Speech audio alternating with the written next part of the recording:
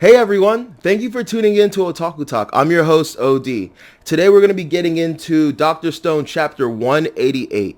Honestly, we're not going to spend too much time. This is going to be a rather short video simply because it was mainly an action chapter, but there are a couple things I want to discuss. So let's get into it.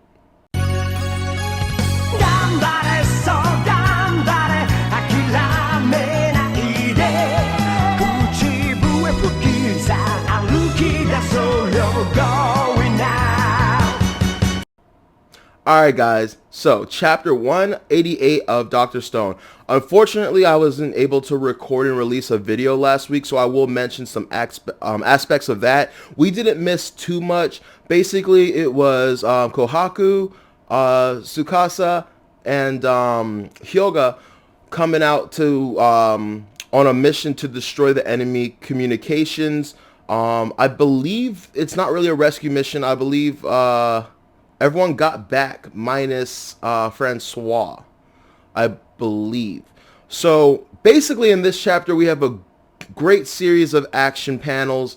Honestly, I can't wait for this to be animated, which, you know, will be several years from now if it even gets, even if we even get this far in the anime. But regardless, great action. I've said it before, but Boichi's artwork, super phenomenal. I just love the detail and stuff, even though I did complain that it felt a little bit weird and out of place in the Ace side story. But, you know, once again, I think that's purely just me wanting this more or less the same of something. Same as something being, you know, One Piece drawn in its native art style. Like I said, not too much in terms of like story or plot happens. It's for pretty much pure action. Something I wish I saw in terms of the illustration was literally a chapter before this. You see Tsukasa and Hyoga basically power up. Not really power up, but, you know, they take off their shirt, they flex, and they are absolutely shredded. And then, like, it just seemed really out of place, and I'll put in a picture of the panel in this video, but it just seemed really out of place because you have boom, Hyuga just ripped, ready to go, and then you have Tsukasa, boom, jacked, ready to go, and then you just have Kohaku just like there, and I'm just kind of blown because, like, you know, I know Kohaku's supposed to be hot, I know she's supposed to be cute, I know she's supposed to be feminine, but, like, oh man, you couldn't give her a little bit of, like, you know, just any kind of muscle tone. I'm not one of those people, you know, that needs, like, that believes women are unattractive when they're, like, muscular, but I also don't necessarily want them jacked either, like some of the other strong female characters in this series. But, like, you know, Kohaku has always been referenced as having gorilla strength, and, you know, I get it's a manga and whatnot, but, like, physically she doesn't look the part, which is, like, you know, kind of part of the gag. But, like, come on, like, I really would have liked a little bit of some muscle tone. At least, like, it doesn't have to be permanent. Maybe for, like, this fight, you know, her adrenaline's pumping, she's tense. Like, I would have liked something like that. Like, even your Yoruichi from Bleach. There are times when, you know, she takes off the jacket she usually has on, and she's just she has no sleeves, and when she's going hard, you can see, like, you can see a subtle muscle tone. I would have liked something like that, just something to show that, like, Kohaku is, like, ripped as well and ready to do that. But, you know, maybe that's just a personal qualm. We'll let it go. Really intense fight. Really kind of emotion evoking, honestly. Like, they say it's their final battle. At first I was like, final battle, but then I realized, no, it's just the final battle against Stanley. A lot happens. One of my so I love the one part when the female MMA fighter, who was the best, I guess, goes against my boy Tsukasa, who was the best male one. And jeez, bro, because first of all, Tsukasa's a freaking beast, because first of all, he stops a tree from falling on Kohaku. Like, Jesus, can you talk about next level strength? Like, he truly is a monster in every sense of the word. And then Right after that, the female MMA fighter goes straight after him, just straight, pow, pow, pow, pow, pow, pow, pow, pow, pow, pow, pow. And like he's just like taking, and he even compliments her. He's like, "Oh wow, it's been a while since like I see something like this." And then you think, okay, he's struggling, right? No, because literally he's like, "All right, we're done here." Yeet. And like, oh my god, that fight was over in a second, bro. I really thought like I know Tsukasa's that dude, but I really thought like they hyped her up. She's like top female MMA fighter, and just like to get one shot, that's insane. But then, we didn't get to enjoy that for too long because literally a second after that, my man gets shot up on the block.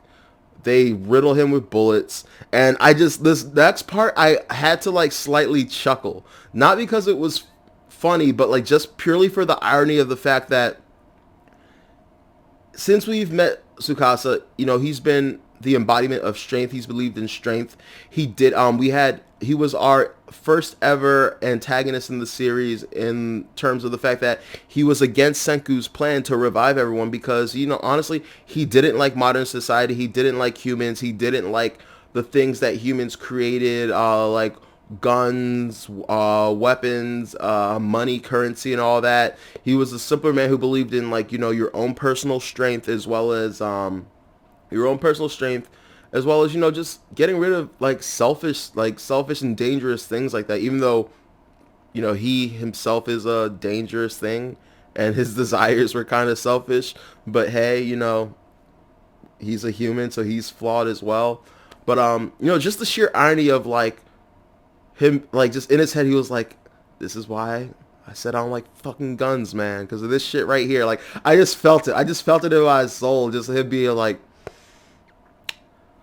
all right, Senku, like, I hope this works out for you because this is exactly what I was trying to avoid. But I was the bad guy, right? I was the bad guy for not wanting to revive people and like reintroduce weapons and like corruption into the world. But hey, look, you see what's happening with this other dude who, guess what, is a science guy. Like trust me, the irony is not lost on me. The irony is not lost on me. He's like literally like it worked out because like Senku, like, okay, I realize now that you're like a good dude and you're trying to do your best, but like, do you see what other people with your capabilities can do?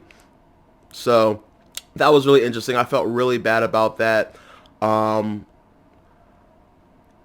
Kohaku goes and slashes their receiver, which was perfect. This is what we needed. The enemy is cut off from communication, both to Stanley and both all the way back to Corn City. So all the people that are there, quote unquote, held hostage or whatever, they can't relay any signal back like, hey, they defeated us, hey, they're killing us, kill the hostages. Like nothing like that's gonna happen. So I'm really excited about that because we can all guess that like they're gonna have to work together at some point.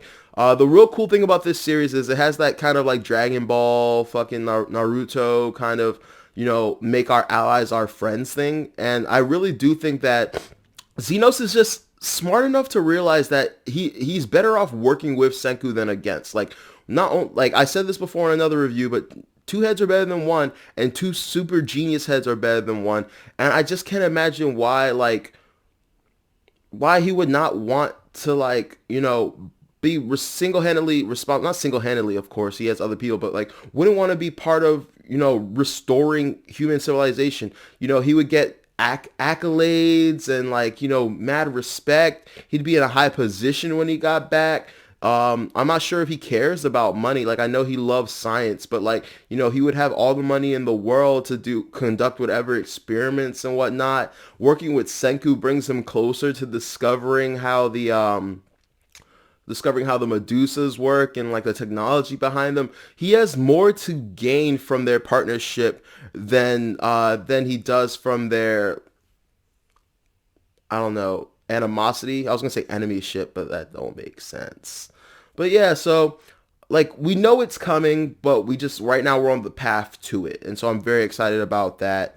Something interesting that was laid out at the very end of the chapter, and I'm just gonna leave it here. Like I said, this is gonna be relatively short, but the main thing I want to discuss about this chapter is, first of all, Rip Hyuga. Hyuga is dead. Like he's not clinging on to life like Tsukasa. That nigga dead. And that sucks. That was it. I'm not trying to look at this from a purely tactical standpoint. It's just the truth. And he was, a large portion of their strength. They got Magna, they got Tsukasa, they got Kohaku, they got a couple other. They have a handful of other fighters, but like definitely Hyuga was in the top. Was the top three of their fighters. Top three of their fighters, and now losing him is a drastic, grave force they've lost, especially as the people that don't quite have the weaponry of Zenos' kingdom. And something interesting that Tsukasa brings up is, will they be able to petrify them and bring them back? And that's something I find really interesting because Tsukasa, I can see it working on, right? Mainly if the bullets pass through. If the bullets don't pass through, I'm a little curious how that would work, simply because like you're petrified with the bullets in you, and so when you're brought back, I would assume the bullets would still be inside you. I don't really know how this works. Like I'm sure like the wounds would heal, but would the bullet stay inside you? Realistically, like that's how it should go. I know like this is once again a manga and suspension of disbelief and blah blah blah, and science doesn't work the exact same way. But if I were writing it, if I were talking to the mangaka, I would say it kind of makes sense if the bullet didn't pass through, for it to stay lodged in his body, and that would be really cool. That would introduce new problems.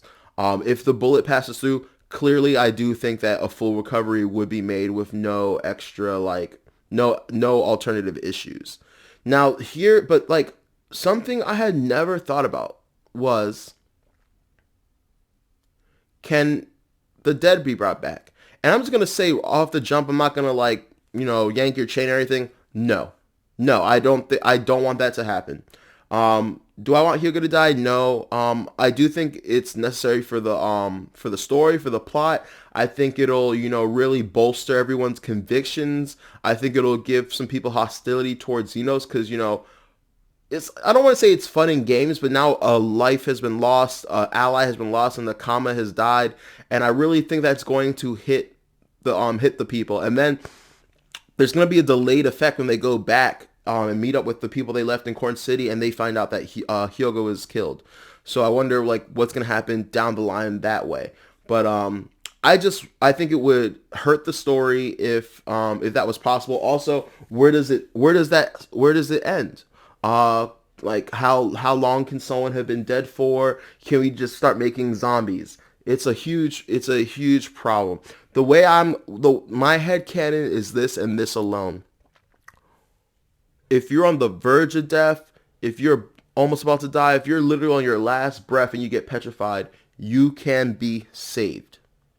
Because what we found out is, from the thousands of years that Senku was alive, and the reason he was able to get out faster than everyone else, same with Zenos, is because they kept their neural processes going. They kept thinking, I think, therefore I am. And they were able to get out, because also thinking uses energy, and we know that there's some kind of energy preservation with the Medusa. Otherwise, how could everything function? And so, going off of that logic, I think that if you're dead, you're dead. There's no brain activity, and so petrified or not, there's no coming back. That's my simple logic behind it. Nothing more, nothing less. So, because that can't be something that we allow to happen, because then we're just gonna have zombies, basically, being able to just, you can basically play God and just keep, and no, first of all, there will never be any stakes, so story wise it'll hurt, but just it's super problematic to have the ability to just raise the dead, or just bring people back from the dead. So yeah, that's all I want to say. I want to close off on this. I'm very curious how it works with diseases. If someone has cancer, if someone has some kind of neurodegenerative disease or anything along those lines, can petrification be used to save them? I wonder in the long run, when society, let's say Senku achieves his goal, brings the world back to modern society, Do you think that the petrification has medical applications?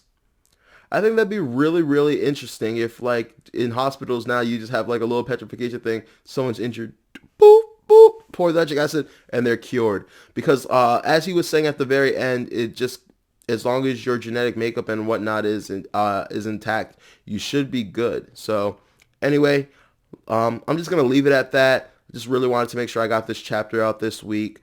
Really good chapter. Action chapters are dope. I love action chapters. I love the exposition chapters. I love the science chapters. So yeah, let me know your thoughts and opinions and what you think is going to happen next. If you're like me and you do think that all of this is just going to lead to the eventual partnership of Zeno and Senku with Stanley, how do you think it's going to go about? How do you think it's going to get squashed? Part of me thinks that, like, for the mangaka to keep it interesting, there could be some sort of a falling out between Zenos and Stanley, but Stanley seems to be heavily loyal to Zeno. But if, for example, if Zeno were to do something that, like, Stanley is super against, or Stanley was to do something that Zenos was super against, I could definitely see some form of falling out. But I would rather have these guys as allies at this point. Anyway, thank you for tuning in to Otaku Talk. I'm your host, OD. Every view means so much to me, and just, I'm not expecting much from this, but I love anime and talking about it, and, like, I don't know. I really hope that one day, I can build my own community.